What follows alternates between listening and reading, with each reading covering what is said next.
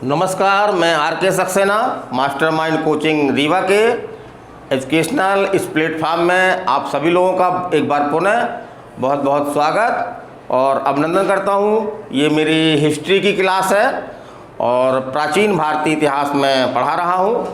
तो उसका आज मेरा टॉपिक है मौर्य वंश।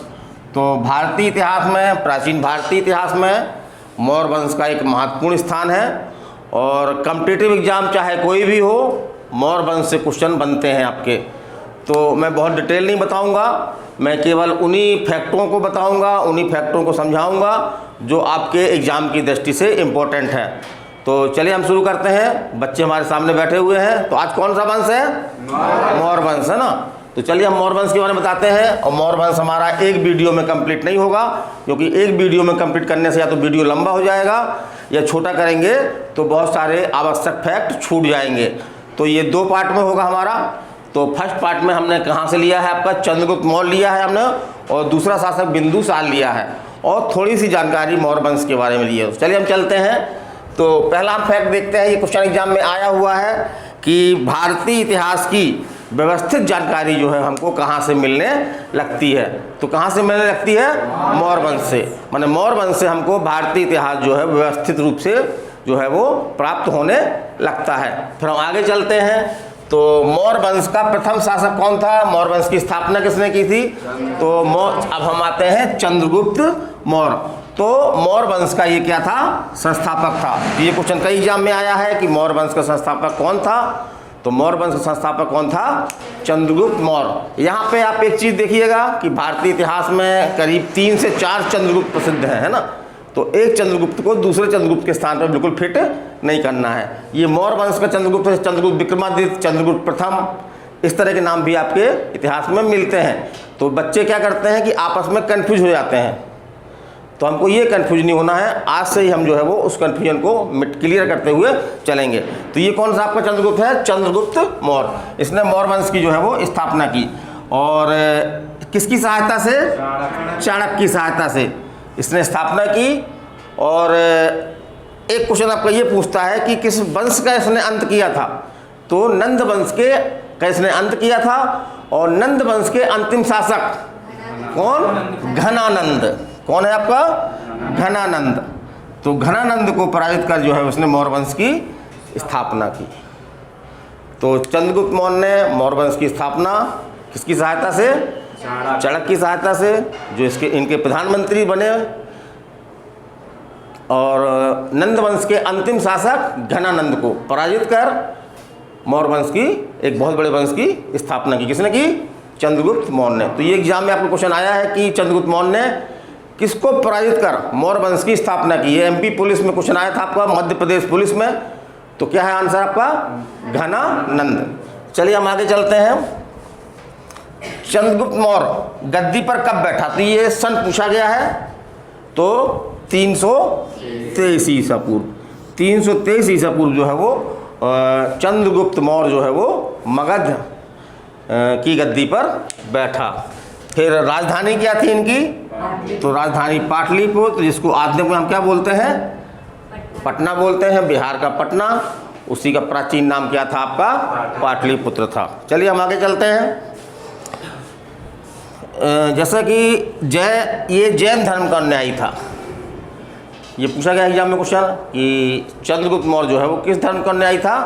तो जैन धर्म का अनुयायी था। और इसने जैन धर्म की दीक्षा जो है वो किससे ली थी? तो किससे ली थी? भद्रबाहु से। किससे ली थी? भद्रबाहु से। तो चंद्रगुप्त मौर्य जैन धर्म का अनुयायी था और इसने जैन धर्म की दीक्षा किससे ली? भद्रबाहु से। फिर हम आगे चलते हैं। तो चंद्रगुप्त मौर्य ने, एक क्वेश्चन ऐसा पूछा गया है कि कौन भारतीय शासक ने यूनानी शासक को पराजित किया? तो वो कौन है आपका? चंद्रगुप्त मौर्य है। तो चंद्रगुप्त मौर्य ने यूनानी शासक किसको? सेल्यूकस निकेटर को। किसको? सेल्यूकस निकेटर को जो है वो पराजित किया। परिणाम स्वरूप सेल्यूकस निकेटर ने अपनी पुत्री, क्या नाम था? हेलन। अपनी पुत्री हेलन का जो है वो चंद्रगुप्त मौर्य से विवाह किया। और संधि के परिणाम स्वरूप 500 हाथी और भी बहुत सारी चीज़ें दी गई थी, लेकिन हाथी एग्जाम में क्वेश्चन आया है कि 500 हाथी जो उपहार में किसको दिए थे? चंद्रगुप्त मौर्य को दिए थे। किसने दिए थे? सेल्यूकस निकेटर ने। और एक राजदूत भी भेजा था सेल्यूकस निकेटर ने। उस राजदूत का क्या नाम था? मेगास्थनीज। तो मेगास्थनीज कौन था? सेल्यूकस निकेटर का राजदूत था। किसके दरबार में आया था? चंद्रगुप्त मौर्य के दरबार में आया था। और उसने एक बहुत ही फेमस पुस्तक लिखी है जिसमें उस समय के इतिहास और ख़ास तौर से मौर्य वंश के बारे में काफ़ी जानकारी मिलती है। तो पुस्तक का क्या नाम है? इंडिका। वो पुस्तक क्या नाम है? इंडिका। तो इसको हम कैसे याद रखेंगे? हम इसको, एक शब्द है भारत में चलता है, मैक इन इंडिया। ध्यान से देखिएगा, मैक इन इंडिया। अगर हमको ये लाइन याद है तो हमको पुस्तक भी याद रहेगी और उस पुस्तक का लेखक भी याद रहेगा। तो मैं से क्या बना लिया हमने? मेगास्थनीज बना लिया। और इंडिया से क्या बना लिया? इंडिका। तो मैक इन इंडिया से आपको ये पुस्तक का नाम याद रहेगा। और इतिहासकार लिखते हैं कि चंद्रगुप्त मौर्य जो है वो मेगास्थनीज के व्यवहार से जो है वो काफ़ी प्रसन्न हुआ और उसने अपने दरबार में ही जो है इसको जगह दे दी। फिर आगे चलते हैं हम। एक क्वेश्चन आपका फेमस, सुदर्शन झील। तो इसका निर्माण किसने करवाया था? सुदर्शन झील का निर्माण किसने करवाया था? तो सुदर्शन झील का निर्माण चंद्रगुप्त मौर्य के गवर्नर है ना, किसने? पुष्यमित्र शुंग ने। वो शुंग नहीं, सॉरी, है ना, पुष्यमित्र शुंग अलग है और पुष्यमित्र अलग है। अभी आपको उनको एक शासक मिलेगा पुष्यमित्र शुंग, जिसने शुंग वंश का था वो, है ना, उसकी हम बात नहीं कर रहे हैं। हम बात कर रहे हैं मौर्य वंश में जो है वो चंद्रगुप्त मौर्य का एक गवर्नर था पुष्यमित्र। तो इसी ने जो है वो क्या किया था? सुदर्शन झील का निर्माण करवाया था। ये भी आपके कई एग्जामों में क्वेश्चन आपका ये आया है। फिर आगे हम चलते हैं कि भारतीय इतिहास में जो है वो किसको जो है वो प्रथम महान सम्राट की संज्ञा दी गई है? तो भारतीय इतिहास में जो है वो चंद्रगुप्त मौर्य को प्रथम भारतीय महान सम्राट की संज्ञा दी गई है या कहा गया है। तो ये आपका आईएएस में क्वेश्चन आया था, यूपीएससी क्वेश्चन है आपका ये, यूपीएससी प्री में था आपका क्वेश्चन ये कि किस राजा को या किसे जो है वो भारतीय इतिहास का प्रथम महान सम्राट कहा जाता है? तो किसको कहा जाता है आपका? चंद्रगुप्त मौर्य को। फिर हम आगे चलते हैं। तो चंद्रगुप्त मौर्य की मृत्यु कहाँ पे हुई और कैसे हुई, है ना? तो जैसा कि मैंने बताया था कि चंद्रगुप्त मौर्य जो है वो किस धर्म का अनुयायी था? जैन धर्म का अनुयायी था। तो आखिर में उसने जो है वो संन्यास ले लिया और कहाँ पहुँच गया? स्वर्ण बेलगोला। ये कहाँ पे है? कर्नाटक में है। कर्नाटक राज्य के स्वर्ण बेलगोला में पहुँच गया और वहाँ पर कौन सी विधि? सलेखना विधि, है ना। ये जैन धर्म की एक विधि है जिसमें जैन धर्म के जो मानने वाले गुरु हैं, मुनि हैं, तो जब वो अपना शरीर त्यागते हैं तो क्या करते हैं? एक ही स्थान पर बैठ करके अन्न और जल जो है वो त्याग देते हैं और धीरे धीरे उनका शरीर जो है वो कमजोर होता चला जाता है और प्राण उनके निकल जाते हैं। तो यही विधि कहलाती है आपकी सलेखना विधि। यद्यपि इस विधि काफ़ी विवादित विधि है, ये इसका विरोध भी हुआ है और इसको कहा गया कि एक प्रकार से ये आत्महत्या है। लेकिन मैं इस संबंध में कोई विचार नहीं करूँगा, कोई विचार नहीं दूंगा, मेरी कोई राय नहीं दूंगा। मेरा उद्देश्य सिर्फ जो है वो कॉम्पिटिटिव एग्जाम की दृष्टि से इस टॉपिक को जो है वो पढ़ाना है। तो सलेखा विधि के अनुसार जो है वो प्राण त्याग दिए। कब? ये कब की बात है? 298 ईसा पूर्व की। तो उसके बाद क्या हुआ? उसके बाद चंद्रगुप्त मौर्य का पुत्र कौन?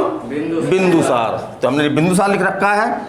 अगला शासक कौन बना? चंद्रगुप्त मौर्य के बाद बिंदुसार जो है वो गद्दी पर बैठा और इसे इतिहासकारों ने एक नाम दिया है। वो नाम क्या है? अमित्रघात। तो ये एग्जाम में क्वेश्चन आया है कि किस शासक को अमित्रघात कहा जाता है? तो किसे कहा जाता है? बिंदुसार को। बिंदुसार को। और अमित्रघात का मतलब क्या है? शत्रुओं का नाश करने वाला, शत्रुओं का विनाश करने वाला, है ना। तो इसलिए जो है वो बिंदुसार को अमित्रघात के नाम से जाना जाता है। और इसके दरबार में भी एक जो है वो राजदूत, यूनानी राजा का राजदूत आया था।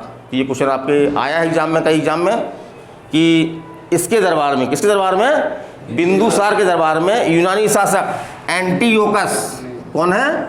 एंटीयोकस ने अपना राजदूत जो है वो कौन? डाईमैकस। डाईमैकस, थोड़ा कठिन नाम लग रहे हैं, 2-4 बार इसको आप जब पढ़ेंगे, रिपीट करेंगे तो ये नाम सरल हो जाएंगे। और इनको आप तोड़ भी सकते हैं, जैसे कोई बड़ा कठिन नाम लगता है तो उसको हम क्या करेंगे, 2 पार्ट में हम उसको तोड़ दें। तो डाई के मेकर्स और एंटीकोकस, ये आपके राजा का नाम है और ये आपका राजदूत का नाम है। और इतिहासकार लिखते हैं कि डाई मेकस जो है वो किसका उत्तराधिकारी माना जाता है, मेगस्थनीज का। तो कहीं नोट कर लीजिए, इसको जो है वो डाई मेकस को किसका उत्तराधिकारी माना जाता है, मेगस्थनीज का। एक लाइन लिख लीजिए कहीं पे।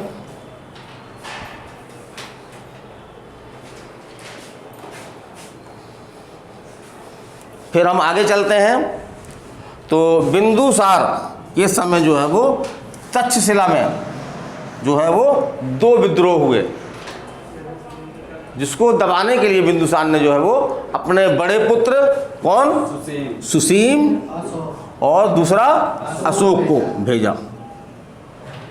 तो ये क्वेश्चन पूछा गया है कि बिंदुसार ने तक्षशिला विद्रोह को दबाने के लिए किसे भेजा। तो 2 विद्रोह हुए थे, किसको भेजा, आपके सुसीम बड़ा पुत्र था ये, उसके बाद दूसरा पुत्र था अशोक, इनको भेजा। और बिंदुसार जैन धर्म का तो अन्यायी था ही, किस संप्रदाय का अन्यायी था, है ना, तो वो कहना है आपका आजीवक संप्रदाय का अन्यायी था। ये क्वेश्चन आपके एग्जाम में आया है। और जैसा हमने बताया था, अभी हमने चर्चा की थी आपके चाणक्य की, तो चाणक्य का कहाँ से आता है, आपके चंद्रगुप्त मौर्य का साथी था एक प्रकार से। चंद्रगुप्त मौर्य के शासन में कौन किस पद पर था, किस पद पर था, प्रधानमंत्री था। तो चंद्रगुप्त मौर्य तो चले गए स्वर्णवेल गोला, लेकिन चाणक्य जो है वो यहीं पे रहा।